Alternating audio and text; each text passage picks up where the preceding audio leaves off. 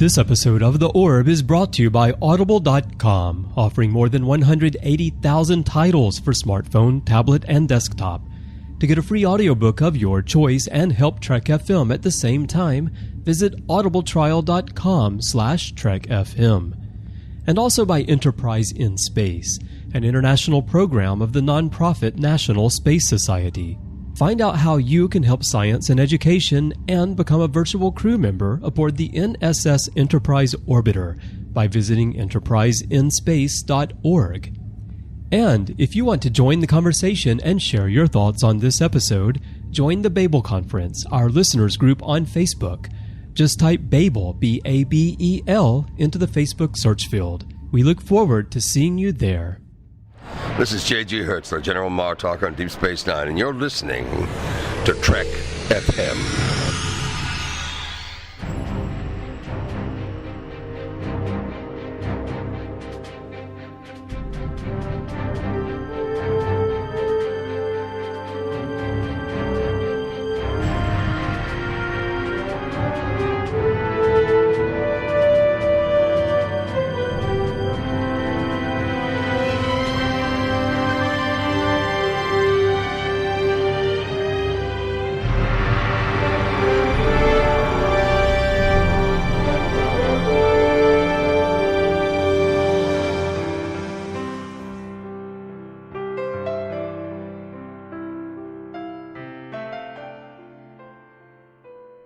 Welcome, Niners, to another episode of The Orb, our dedicated Deep Space Nine show. I'm Christopher Jones, and with me, as he is every show, is my esteemed co-host, Matthew Rushing. Matthew, it is really great to be back with you here doing an Orb. It's been a while since we've done this, and I understand that's because you've been away lending your musical talents and knowledge to Rom, working with him on his new Vic Fontaine cover band, The Waste Extractors. Wow, it's been really busy, and I've had my work come out for me. But, I'm so glad to be back. I feel like it's a Christmas miracle that we're here, Chris. Right. As we record here in December of 2017, it's been a crazy year for us. But, let's just say that your dulcet tones are so much more pleasing to my ears than what I've been hearing with the Waste Extractors. I don't think they're going to make it as a band, but I'm trying. Yeah. Makes you wonder if Rom would make a good podcaster. Can you imagine Rom as a podcast host and you're hearing that voice come through your earphones every day? No, I just feel like he'd hit the mic all the time, you know? And I don't know, I'm not naming any names, but I mean, we've all listened to bunches of podcasts, right? And you know those podcasts where the person's continually hitting their mic and you kind of want to just continually hit them for hitting their mic. And so I think that's what Rom would be like. But Rom would be like, sorry. Every time. He would hit the mic and be, sorry. Exactly. All right. So why are we talking about Rom? Well, of course, it's because this is an episode about Rom. He's one of the characters that we have not covered in our detailed character profiles, and we thought it was about time to give him his due and talk about what a great character he became over the course of the series. Of course, in the beginning, we do see him in Emissary. He is the pit boss working in Quarks, and he's just that ordinary Ferengi at that point. Quark is the star of the show as the Ferengi, and he has a brother. And Matthew, I guess when I think about Rom and Emissary, maybe his biggest role is not so much Quark's brother, but Nog's father, since Nog getting caught stealing is what allows Sisko to keep Quark on the station, which was very important for the whole concept of what they were going to do with the DS9. What are your thoughts on that?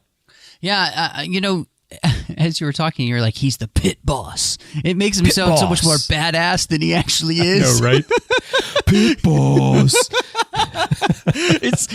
He's not. And what is fascinating about him, especially at the beginning in Emissary, is he is a classic Ferengi, specifically kind of off the mold of what we saw from TNG, especially later TNG, and. Yeah. There's no indication really that he's going to be different, that he's going to give us anything to, I think, really be excited about watching. He's just this kid's dad, and Quark is the one we're really paying attention to. And so, Rom is just kind of in the background. I think that's one of the things that, we've talked about Deep Space Nine for so many episodes, Chris, and one of the things we always come back to is the fact that these characters surprise us. And I think Rom is one of those characters who has one of the most surprising arcs that we get in the entire series, to go from almost rags to complete riches as, being Grand Nagus in the end. So, I mean, he has that arc, and it's because of where he's going to go as a character that and what's most interesting is watching Nog and Rom kind of take similar paths. And yet they're also they're still different. They lead them in different directions, but they have similar trajectories, which is kind of away from your classic, Ferengi attitude. Quark's going to still have a lot of that, but Rom is really going to veer away from that pretty quickly. And I think he's one of the people that benefits the most from Starfleet showing up. Yeah, definitely. When I think about the Ferengi at the beginning of DS9, when we look back now, we think about how they're so into profit, and we see Quark as sort of the model Ferengi. But DS9 really established that. Prior to that, in The Next Generation, the Ferengi, of course, were originally supposed to be a replacement for the Klingons as this big enemy for the Federation, and that didn't work out. But they then became, I know it's hard to take seriously. It is hard to take seriously. That's where they were going. Laser whips and leather and fur is going to take over the Klingons. But that didn't work. But they were still the sort of devious thorn in the side for a lot of the time, and they became a little bit more playful by the time you get to Menage a Troi, those types of stories. But DS9 really went strongly in this direction with Quark, of the Ferengi being all about profit. So maybe our memory is colored a bit by having watched this story start to finish over and over, about just how Rom embodied the typical Ferengi at the beginning, whereas Quark definitely embodied where they were going with it. Yeah. But what I find interesting, though, is that we can call him just another Ferengi, but very quickly, by the 11th episode of the first season, which is the Nagus, he had really already changed quite a lot. That's where, Zek didn't like the fact that Rom was letting Nog go to school, and then Rom stood up for that, and he wanted his son to go to school, and that was, I think, a big turning point in terms of how we were seeing that his way of thinking was going to be different. No, I think you're absolutely right in saying that. It is interesting to look back in hindsight, because you can see a lot of these things that weren't so obvious if we were, say, just going back in time and watching Emissary again. And I love that they kind of created this strange dynamic for us to be able to watch play out over the series, which setting up, who knows if they knew right at the beginning, we're going to do a lot with these certain characters. I think they knew that Quark was going to be a main character, but I don't know if they necessarily knew they were going to do a ton with Rom or Nog, but they gave that opportunity by giving them a position next to Quark as his brother and nephew and everything. And what I love is that the way that Deep Space Nine would do that, they would plant seeds, and if they grew and they turned into something, they would use that. Yeah. And I think what happened is Max playing Rom became a character that they enjoyed writing for, and turned into something that gave us not just another Ferengi. He would blossom into something different. And so I think that's really interesting. So here's another thing I want to ask you about. As I was preparing notes for our discussion today, something struck me that surprisingly I had never considered before, but there's a parallel between Rom and Benjamin Sisko in that they are both single fathers living on that station. Now, of course, Ben is single because Jennifer was killed in the Battle of Wolf 359, Rom is single because he's divorced, or more technically his marriage contract, he got out of it before the expiration date. It's all a business deal for Ferengi, right? But however they got there, they're both there on the station, and they're both single fathers. They have boys of about the same age, and their sons become close friends. So when you look at that, do you think that there is an influence from Sisko that helped Rom evolve as a character? And likewise, do you think Rom's situation as a single father might have made it easier for Sisko to associate with him, even though he's a Ferengi and they're from very different cultures? I think it does happen, but I think it happens through the relationship of the sons, and that those sons come back with kind of differing opinions from their parents, and those sons rub off on their fathers and change their perspective. And so it makes the relationship between Nog and Jake really important, because I think it does really soften Sisko's heart towards the Ferengi. And I think it does the same thing for Rom. Rom, I think, begins to see the ways in which these Federation types actually are different than most Ferengi to kind of think of them. And he's seeing that through the impact they're having on his son. And, Nog really begins to blossom. He becomes somebody who's really smart. He can do well in school. He starts to have these opportunities open up for him. And that kind of acceptance by Jake opens up all these doors for his son. And I think vicariously that begins to open doors for Rom in his own mind about maybe making different choices, maybe pursuing goals that aren't just about profit, and then on the other side, I think it really does change Sisko's perspective on the Ferengi in the sense that they could be different, because he sees that happen in Nog, and he ends up supporting him with his, going to Starfleet Academy, and the fact that I think Rom begins to prove himself in different areas on the station too. And so I don't know. It would have been interesting if they had made that connection on the show and made it a little more explicit. But I do think that there is a tangential link between those two, and it's their sons, and so they do have an impact on each other. But it's not directly; it's indirectly. Yeah, I agree. Yeah, I don't think it's something that the writers were going for, which is probably why I've never thought about it until now, after all these years and all these times I watched the show. But it is very interesting to see that parallel. And also interesting is the fact that Nog and Jake become such close friends, and then they're growing up together on the station. And Jake is the son of a Starfleet captain, and Nog is a Ferengi, the son of someone who was just working in this casino and then was working in waste extraction, and then he gets to be part of the engineering team. But it's Jake who doesn't want to be part of Starfleet, and it's Nog who wants to be part of Starfleet. It's the opposite of what you would expect. And I think for Nog, a lot of it maybe it's not so much Jake rubbing off on Nog as much as it's Sisko rubbing off on Nog. Somehow Nog really looked up to Sisko, I believe. And maybe, again, it's the inspiration, like you're saying.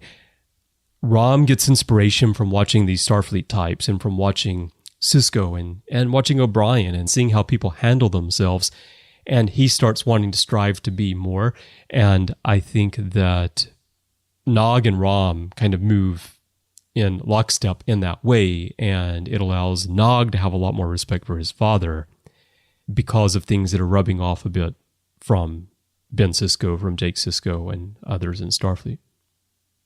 Yeah, and I think that, us just kind of talking about that really leads to the fact that Rom begins to change because of the surroundings that he's in, and as the station changes over from, Cardassians to Starfleet, and then, of course, Bajorans, Rom really does begin to pick up a lot of, I think, the ideals that he sees around him that aren't Ferengi. in a more traditional morality sense that we kind of would maybe hold to. And he gets those from those around him. But really, that's because I think he finds himself much more comfortable in that milieu than he did with being a Ferengi and the traditional Ferengi values. And it really does begin to have an impact on him and his son, and that's where they really start that trend of moving away towards the kind of traditional Ferengi-ness to something that it's not like they completely give up everything Ferengi, but they find a way to encompass something more than just traditional Ferengi values. Yeah. Yeah, he doesn't completely give it up, because when Ishka gets caught making profit, he helps her stash away 2/3 of the profit, and she gives back 1/3 of it, and that's Rom helping her. So he's not devoid of Ferengi characteristics, and he's not afraid to make profit, but he's not driven by profit in the way that Quark is driven by profit. Right.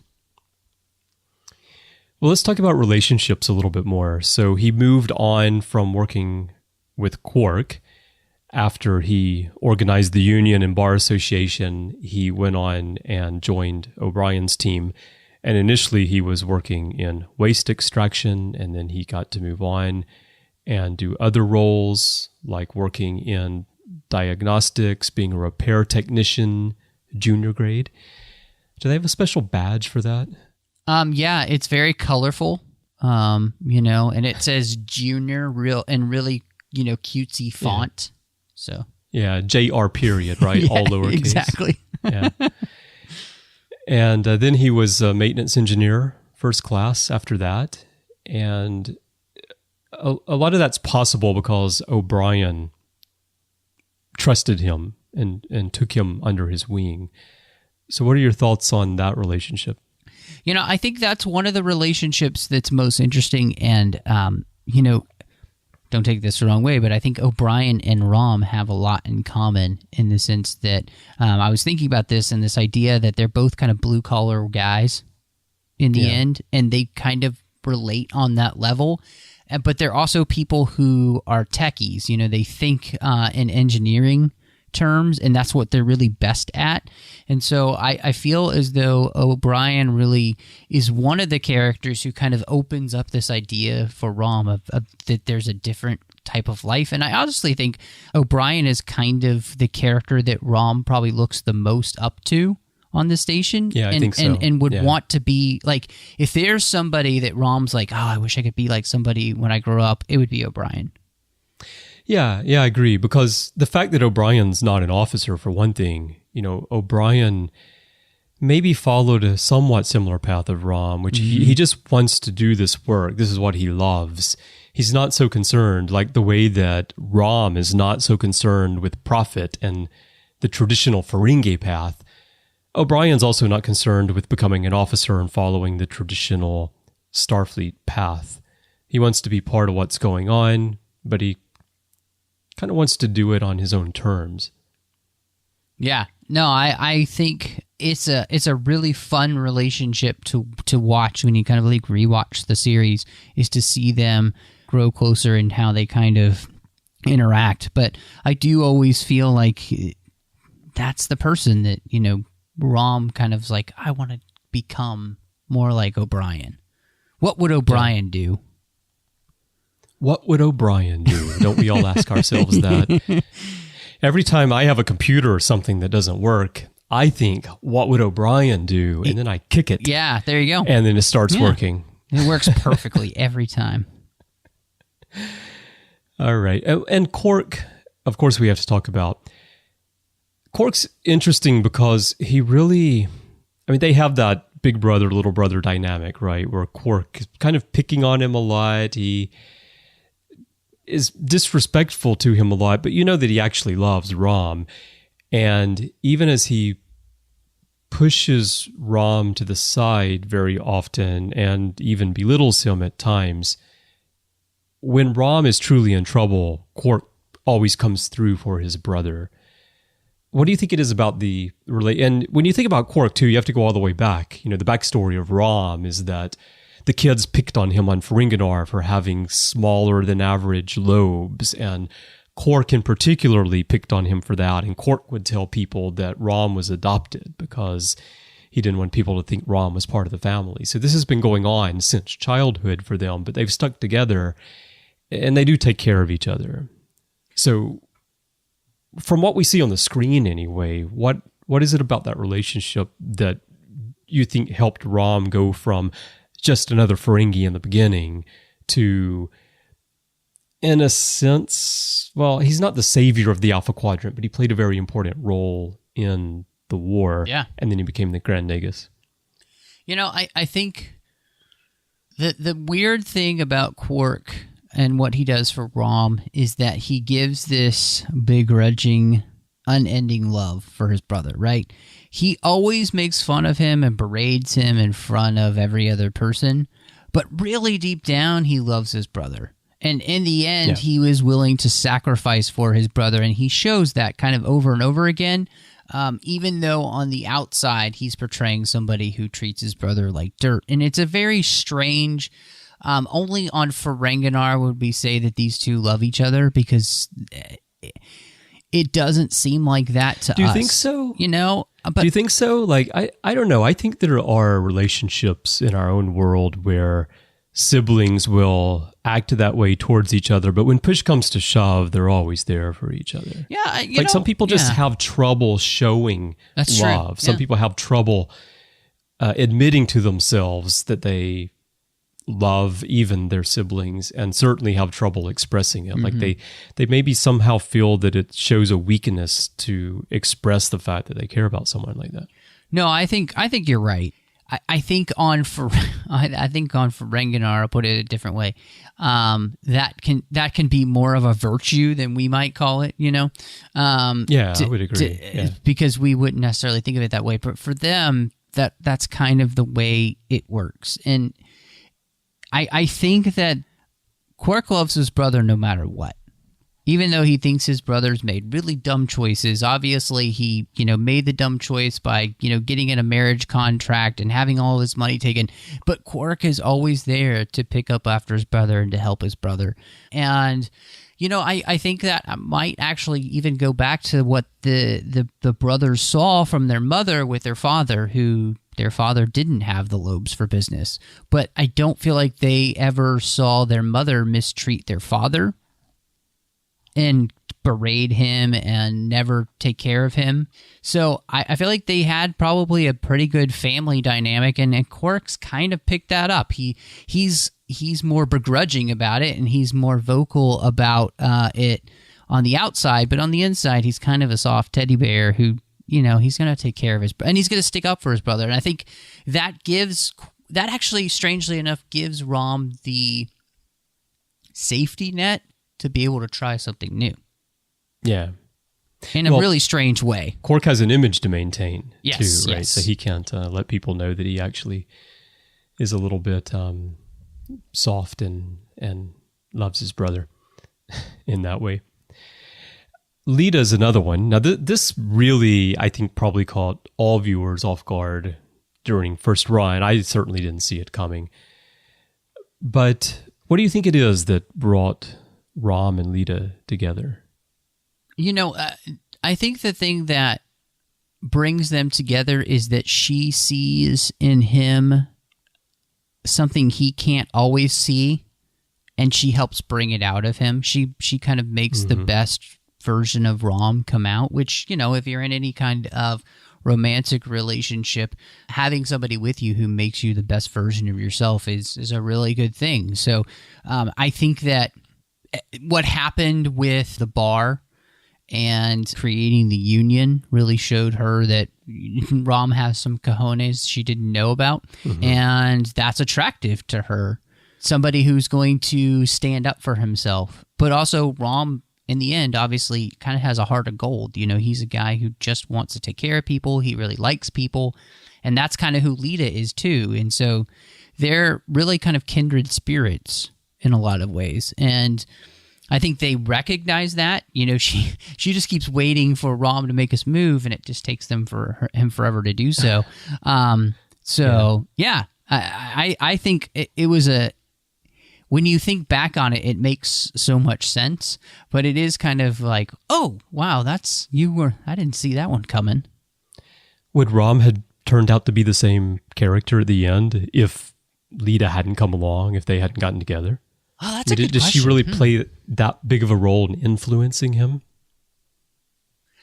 I do think that's a great point, and I think you might be onto something, because does Rom have the guts to completely move away from the bar, to move away from that whole life and into the Bajoran service without her being there? I don't know.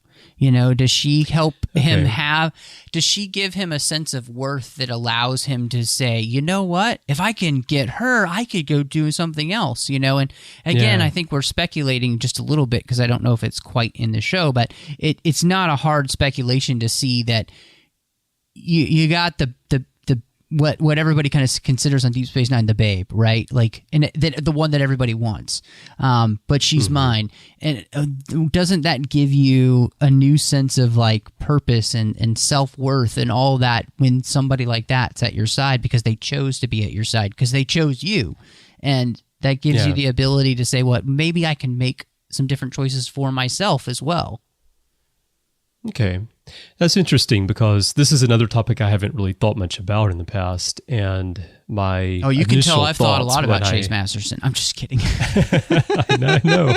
And Esri too, right? It's Leeta and Esri. Jen, see, I mean, why would you discriminate? That's just, yeah.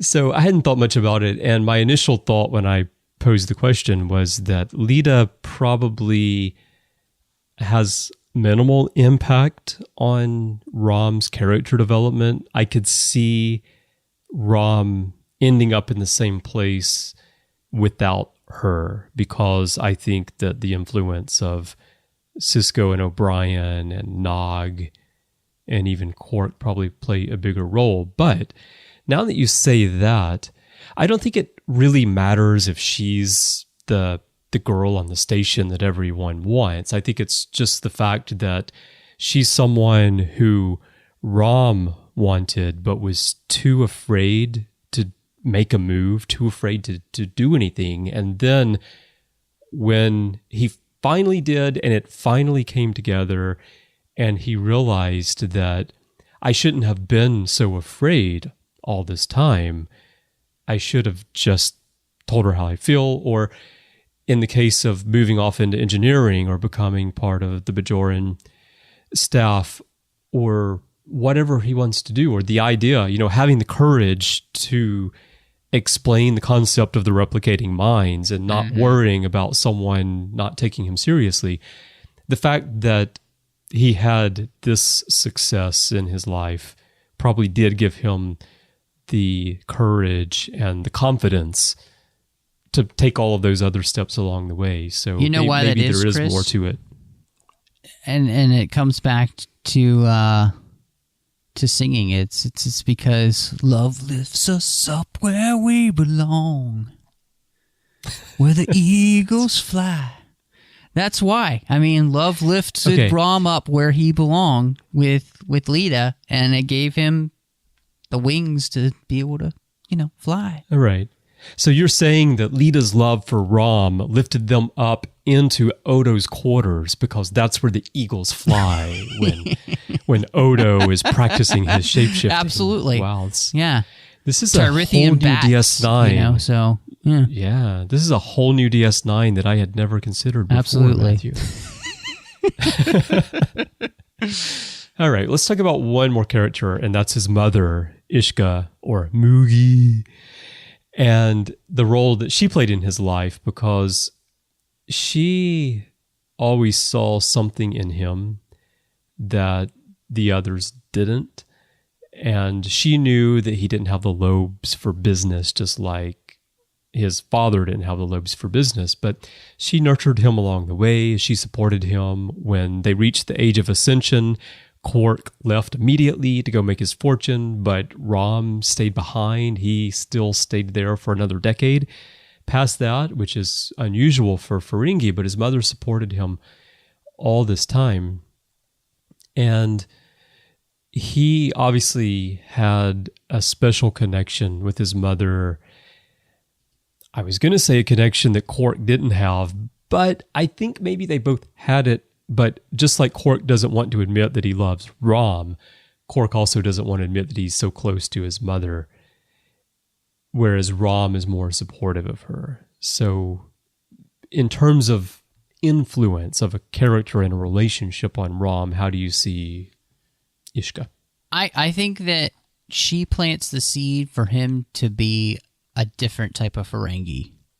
And she doesn't really try to change Rom to be the traditional Ferengi. She allows him to be the type of Ferengi he's going to be, which turns out to be the new Ferengi.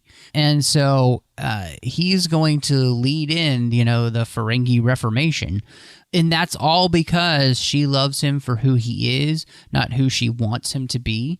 And I think, again, that's a really powerful thing to have that happen. And, as much as Quark berates his brother for not being what he thinks he should be, he's not all that pushy for Rom to do something different, right? So I think they each play this very interesting role in nurturing who Rom is in their own way to allow him to get to the point where we'd hand him off the Grand Nagus staff, because he's going to usher in a completely new Ferenginar, because Ferenginar needs to change. And it needs to change the same way that Rom changed. And so really the arc that we're seeing for Rom on Deep Space Nine is the same arc that we're actually going to see for the Ferengi as a whole because of Rom. So that's pretty interesting. We got to see the the microcosm, and now, later on, and obviously it's after Deep Space Nine, but you see the macrocosm because of him. Yeah. Well, let's jump ahead on our outline then to something that ties into that. So she sees that in him, and he becomes the new Ferengi. And I wonder if Ishka was nurturing him along the way, knowing that there are these aspects of Ferengi society that she would like to see change. And in Quark, she saw someone who's just adhering to the status quo in Ferengi society. But in Nog, there was someone who thought a little bit different. As I said earlier, he hasn't given up on Prophet. He's not going to betray all the ideals of what it means to be a Ferengi, but he's going to think forward. He's a progressive Ferengi. He's going to make Ferengi society better, more modern. I mean, things change over time. You have to be willing to evolve, and it seems that they weren't.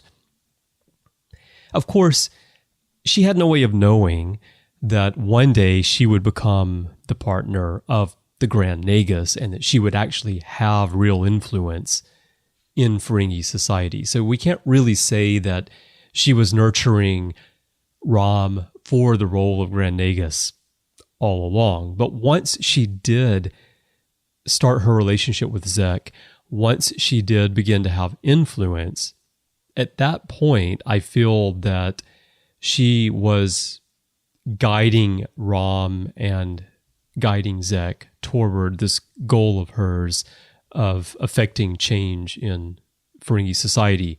Rom was kind of the perfect vehicle for her vision of Ferengi society. That's really interesting, because obviously you're right. She can't know that she's going to meet the Grand Nagus, and they're going to be, she's going to be his consort one day, and that's not something she could ever know. But it does seem like that once she has the behind the scenes, string pulling, that she goes a little Ferengi Machiavellian on him and makes things the way that she wants them to be on Ferenginar, because she sees that they probably should change. And Rom happens to be the perfect person to entrust that to, which is interesting because a whole society based on business, and he doesn't know anything about business, is interesting. The validity of that actually really working in a real world, probably not so much. Probably not, but if he's the Grand Nagus and his mother can help guide things behind the scenes, that would work, because Zek was becoming too senile for her to guide him. Plus, he already had his established way of doing things anyway before he decided it'd be a lot better to just hang out by the pool on Ryza. But having Nog there actually gives her power. Yeah, that's true. Having Rom there actually gives her power. And so I don't know that he just happens to be the perfect person for that. She was nurturing him all his life with those ideas and those ideals, and was always supportive of him and the fact that he did think differently in the first place. Yeah, I think him becoming Nagus, it creates a really interesting arc to go on. But I really do think that it goes back to what I said, whether or not the reality of it would totally work, thematically it works, that what Rom has become, we kind of want Ferengi society to become. They're not going to completely throw away everything that it means to be a Ferengi, but there's definitely some things that probably should change. And so, I think that, again, it just creates something that's unique to Deep Space Nine, because they're really willing to push the characters and even the different races and species and aliens in ways that we don't expect. And that's the best thing about Deep Space Nine, is that not only do we learn more about the galaxy and these different races, but we actually make them dynamic instead of static. Right. So rewinding on our outline to the point before this, which ties into what we just talked about, what I see in Rom is a character that the writers could use to highlight something that goes on in our own society, I think, and how we can challenge that. And that's the fact that we have this tendency to take certain people and put them in boxes and say, this person should be good at this, so we're going to educate them in this, and we're going to send them down this path of a certain profession or a certain line of study in school, and they might actually be good at something else, but they don't get the opportunity to explore that because society has put them into these boxes. And the extent to which that happens varies from culture to culture. Some cultures are more flexible, some cultures are very inflexible. But with Rom, at the beginning, he's the typical Ferengi. We've got him in the box that he is always concerned about profit.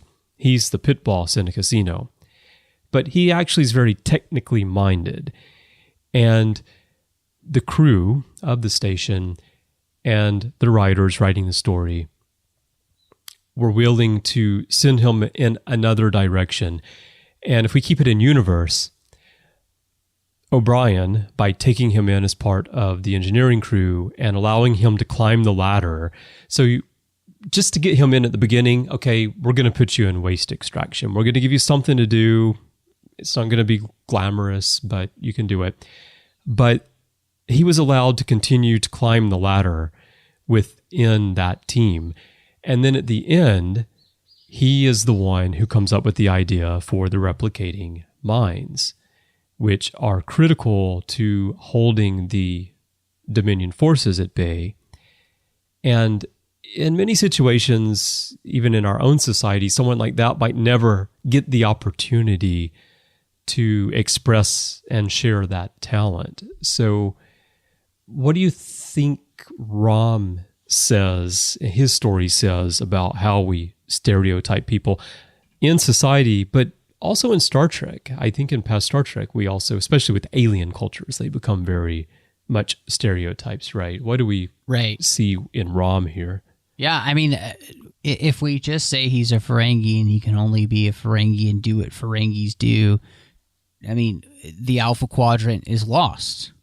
I mean, because he's the only one who comes up with this deliciously vicious idea of how to, I think you called him devilishly smart. Devilishly smart. Before yes, we hit record, and he is right? that as well. And I think that's the thing that is so fascinating about him is that the way his mind works, like he does kind of think outside the box. He thinks outside the orb. And I really like that about him. And I think, what you hit on is so important. Look, we live in a world that we immediately categorize somebody as this, and that means this, and that means that I can therefore treat them as this, especially if I don't like them or if I don't agree with them.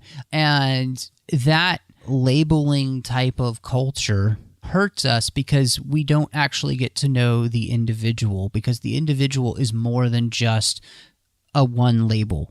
It's an entire person. And I think that's the thing that Deep Space Nine really shows us the best, is the way in which cultures truly come together is by actually allowing ourselves to get to know somebody from that culture so that we can then make a judgment about that person, not that entire culture. Now, obviously, all cultures kind of have an overarching theme to them or way of being, but that doesn't necessarily mean, and Deep Space Nine shows us dramatically how those conventions get turned on your head when you actually meet somebody from that alien race. Yeah. And I think that's what, Deep Space Nine, I think, is absolutely 100% even more prophetic now than it was when it was on the air, because it actually shows us how to create a better society. Is it a utopia? No. But you know what? It's a pretty damn good society. Yeah. Well, there's never going to be a utopia, right? So if we're going to look at realistic futures for ourselves or in fiction, I think Deep Space Nine presents a much more realistic view of that than what we see in most of the other Star Trek series. And as someone who lives in another culture from the one that I grew up in and have lived in this culture here in Japan now for 2 decades, ROM is interesting to me in seeing how Deep Space Nine does realistically portray how someone from one culture lives in another and becomes part of that culture, how the other culture influences you. So the influence of the human culture, of the Starfleet culture on Rom, and how it changes him is how real life works. You would not... Quark actually is perhaps not very realistic. The idea that Quark could live among the Cardassians and then live among humans for all of these years and live among the Bajorans and still just remain so beholden to Ferengi ideals and not change any more than he does is a bit surprising. Although we do see Quark change over the course of the series, as we've talked about before. He does soften up a lot. He keeps a lot of it under the surface. I think internally he probably does change a bit. But with Rom, it's all out there. You just see how he becomes another person once he moves from one culture to another and he allows that influence to really become part of his life. I think that's a really good point. The only way that you don't change is if you kind of close yourself off to being in relationship with other people, truly. And we see that Quark doesn't do that. But it's interesting, like you said, that he never changed. But on the other side, you see Rom being affected by the people that he's around. But and what's interesting is that, look, it's not just the Starfleet. It's not just the other people that become more like Starfleet. Like the Starfleet people change too. Yeah, they do. And they grow. I mean, gosh, look at the story of Benjamin Sisko, somebody who is very by the book Starfleet kind of guy, turns into a Bajoran demigod believer. Like that's a huge arc. So, you have these kind of things happening. And I think it's the importance of the way in which we can have positive influence on each other if we open ourselves up to each other. And so, the influences that we get on Rom, I think that if we kind of like wrap it all up, I do think that what we see in Rom is the culmination of everything that we've talked about. They've all had an impact, and it's the same way that if you look back on your life, every part of your life and every person that you've met and every experience that you had, every up and every down, has formed you into the person that you are now, along with the choices that you've made because of those things. And Rom is somebody who's been through a lot, but he's also made some good, wise choices that have helped him get where he's going to be. And so I think he is actually a character that you can kind of look up to as a role model and say, yeah, maybe I should be more like Rom. And who would have thought you would have said that at the beginning of Deep Space Nine? Yeah, right. Yeah, absolutely. I mean, he has the confidence to challenge himself and take the steps that might frighten him. They're definitely out of his comfort zone, but he takes them and becomes a much better and stronger person for it. Yeah, absolutely. For sure. So yeah, very interesting character arc, like so many of the characters on Deep Space Nine. But yeah, from Pit Boss and Emissary to Grand Nagus at the end of the series, that was surprising. I mean, him becoming Grand Nagus. On the surface, I think a lot of people think it's really silly that he would become Grand Nagus, and it just seems like a really weird thing to do. But if you really think about it, I think that it actually does make a lot of sense, and the writers made a statement through that. Yeah, absolutely. All right, well, I think we've said everything we have to say today about Rom, and it's been great doing an orb again for the first time in a while, Matthew, but Rom and DS9 is not the only thing that we talk about here on Trek FM, so here's a quick look at some other things that we've been discussing on the network. Previously on Trek.fm, Warp 5. Did you know that it's the same planet that they're talking about? No. Yeah, so... Nuh-uh. It is. Yeah. So it's Krios Prime. Like she also comes from Krios Prime, right? So, and the makeup is the same and everything, right? So like that was... Okay, I did have that. I'm like, okay, the only thing I can see is that they have the same makeup. That was the only thing. And I was wondering why it was the same, and now I know. Why did I not make that connection? You guys are so smart. The Edge, a Star Trek Discovery podcast. Well, when I was thinking about where do I find peace, I found it so ironic because it seems in opposition to what my fear is. And when I think, gosh, Amy, where am I at peace? It's when I'm alone. And then I was thinking, well, that's stupid because my greatest fear is being alone. The 602 Club. Yeah, I mean, it kind of goes back to what I was talking about. For the last two films that we've talked about, to say that what I want for Roger Moore is a sense of dignity for the character. Continuing mission. Now, on today's show, we have a very special guest who has steered the good ship Enterprise through some perilous adventures, fought off dastardly villains, and wooed the ladies, all in a day's work. He's now vacated the captain's chair by order of Starfleet Command and is now being railroaded in a new career. More about that later. Excuse the puns. Will you please welcome to Continuing Mission, Mr. Vic Mignogna. How you doing, Vic? That was a very creative narrative you just put together there. I love it. That was quite witty, sir. Well, that's high praise indeed. Thank you. Well, it's a pleasure to join you and Zach both. Thanks for having me. And that's what else is happening on Trek.fm. So check out all of these shows and join the conversation about your favorite corner of the Star Trek universe and beyond. You'll find us everywhere that you get your podcasts if you're an Apple user. Be sure to hit the subscribe button in Apple Podcasts on iPhone, iPad, or Apple TV. or the desktop iTunes app to get the latest episodes as soon as they are published. And please leave us a star rating and a written review.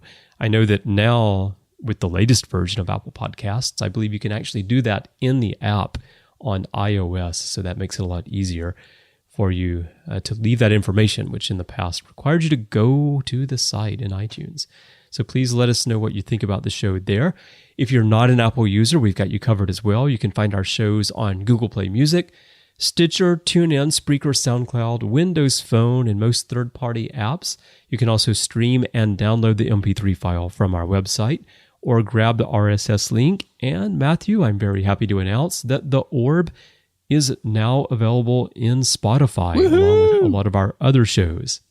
For a long time, we had the Ready Room in Spotify, then Mission Log was added a while back, and now finally, many of our shows are in there, and probably they will all be there pretty soon. So if you happen to be a Spotify fan, there's another avenue for you. We'd love to hear your thoughts on today's show and what you think about ROM. There are many ways for you to do that. The best place is the Babel Conference. That's our listeners group on Facebook. Most of the hosts are there. Lots of listeners are there. So just type Babel, B-A-B-E-L, or type the Babel Conference if it doesn't come up from that into the search field on Facebook, and you should find it. If you're not yet a member, you'll need to click join and we'll let you in. It is a closed group. If you are a member, just look for the post for this episode. You'll see the artwork right there, the Orb 118 about ROM, and all the discussion will be attached right there. If you'd like to send us an email, you can use the form on our website at trek.fm/contact. Just choose to send to a show and choose the Orb. And that'll come to both Matthew and me by email. You can also find the network on Twitter at TrekFM and on Facebook at facebook.com/TrekFM. That's our main brand page. So Matthew, when you're not busy making Ishka proud, where can people find you? Oh gosh, Chris, you could find me here on the network doing the 602 Club, or General Geek Show, talking about all the fandoms we love outside of Star Trek, because there are so many. So we have a whole show devoted to that, so check that out. We're having a blast talking about all things geeky. You can also find me over the Nerd Party Network with my good friend John Mills, talking about Star Wars on Aggressive Negotiations, and Owl Post with Drea Kaufman as we talk through each and every chapter of the Harry Potter series, one chapter at a time. And then last but not least, I do a show with my friend Courtney, and we kind of do a mission loggy type thing with movies where we talk about the morals, meanings, and messages that you get in film through the lens of faith. So hope you'll check all those out. Now, Chris, I know you're a very busy man about town, but if people wanted to find you, where could they look you up? Well, these days, I'm trying to podcast a little bit more. Of course, as anyone listening to The Orb knows, it's quite difficult for us to record The Orb, although we're working on that. The Ready Room has also been difficult for me to record because of my schedule. It's difficult for me to coordinate with people in the U.S. However, with the premiere of Discovery, I have been doing a sub-show on The Edge, which is our Star Trek Discovery podcast. My show comes out on the weekends, either on Saturday or Sunday, and it's called Notes from The Edge. And on that show, I share my thoughts on the most recent episode of Discovery, but I also primarily look for connections between Discovery and the broader Star Trek franchise, and that includes both what we've seen on screen as well as what we've read in the books and in the comics. And I really enjoy doing that. It gives me a chance to refresh my memory on a lot of things, as well as research things that I might not know that much about yet. And the listeners seem to be enjoying it, so I really appreciate that. So if you want to hear that, go and look for The Edge. And within the Edge feed, we have 5 different shows, and mine is Notes from the Edge, so you'll find me there. And of course, you can also find my writing on the official website at StarTrek.com. Have a new piece coming up soon. And if you want to find me on social media, just look me up on Twitter. C. Bryan Jones, the letter C and Bryan with a Y is my name there. And that's also my name pretty much everywhere. I'm also in the Babel Conference, and I'm on Facebook, although I'm most active on Twitter, so that's a great place to catch me. Matthew, I'd also like to thank our associate producers here on The Orb. These are the people that help us keep this show and the entire network going. I want to say thank you to Norman C. Lau, William Murray, Kay Elizabeth Shaw, and a new associate producer, James Muldrow.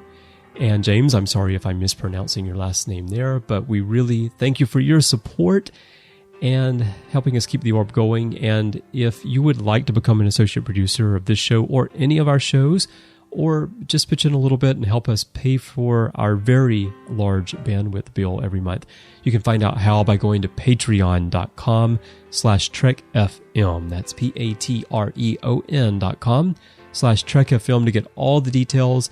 We have perks for you such as early access to episodes, exclusive content, producer credits, of course I just mentioned, and some artwork and sometimes outtakes and all kinds of other things that we put up there. Plus, we also have the Patrons Roundtable, where you can get on mic with hosts and other listeners and talk Star Trek, and we put that out in the master feed after each Patrons Roundtable. So check out how you can help us cover all the big bills that we get here at Trek FM by going to patreon.com/Trek FM, and we really appreciate your support, and we hope you'll join the team. Well, thank you everyone for joining us, and we shall see you next time as we gaze into the orb.